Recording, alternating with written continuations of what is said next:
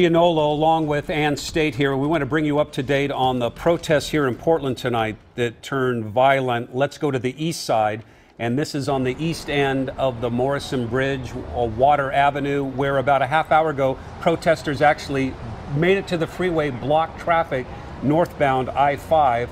Our photographer Ty is on the scene. Ty, can you hear us and set the scene for us? It looks like things might be calming down a bit.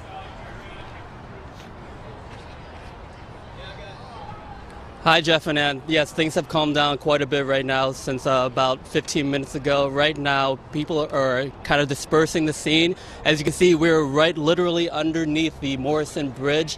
Police are on both sides of the of Water Avenue, and they're telling people to still stay on the sidewalk and disperse. Over the loudspeaker, the police said that this event is over.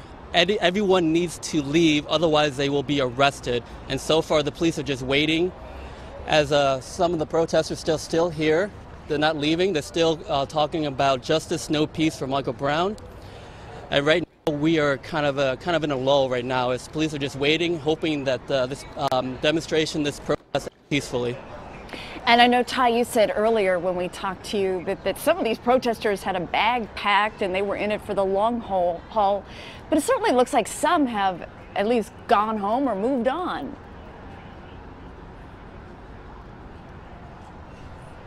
That's right, Ed. It seems that some of the people did have backpacks. They were ready for a long night of protesting, but since then, it seems like everyone has kind of dispersed, as police said.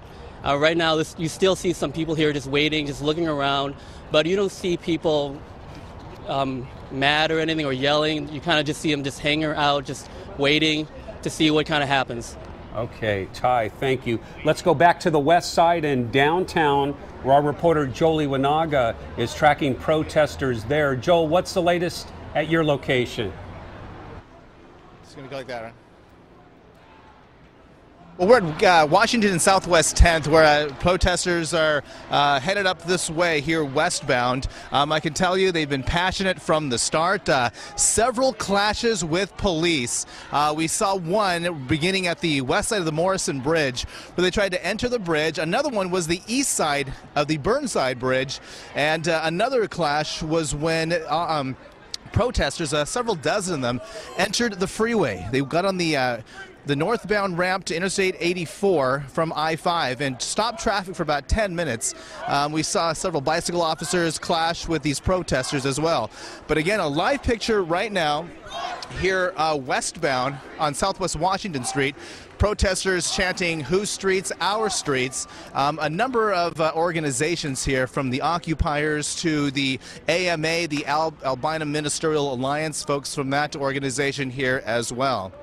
And Joe, right now, we're not seeing at least this intersection of Southwest Washington and 12th. We are near the food cart area, and that is where they have stopped. And thankfully, it's 8 o'clock now, so traffic is much lighter than what we saw about 3 hours ago when they stopped rush hour traffic. That was kind of a traffic nightmare. But right now, much quieter than what we saw around 7:30 tonight, about a half hour ago, when protesters successfully blocked Interstate 5, the northbound ramp there to Interstate 84, and it got extremely tense. We were there in the middle of it all. Officers doing what they could to keep the protesters off the freeway, but several dozen were able to make it on. Again, the march continues right now, and much quieter now than we saw earlier, much peaceful. And that is the very latest here from the downtown area. Joel Iwanaga at KOIN 6 News. Now back to you.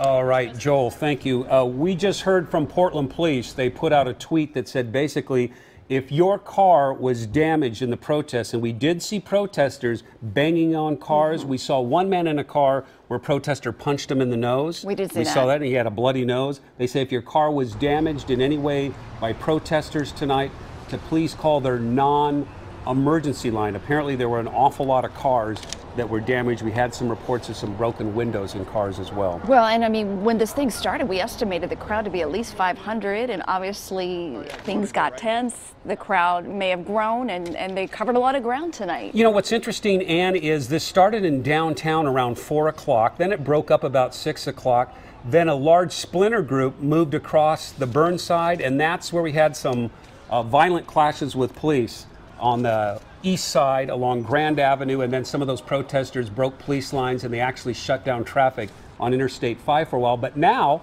a lot of the protesters have gone back across the bridge, and this is the scene in downtown Portland, but everything appears to be peaceful in downtown. It's interesting. You're not seeing a lot of police in this particular shot that we're looking at, but we certainly saw a lot on Water Avenue, and they certainly kept the protesters or got them off the freeway. Now we're hearing applause break out.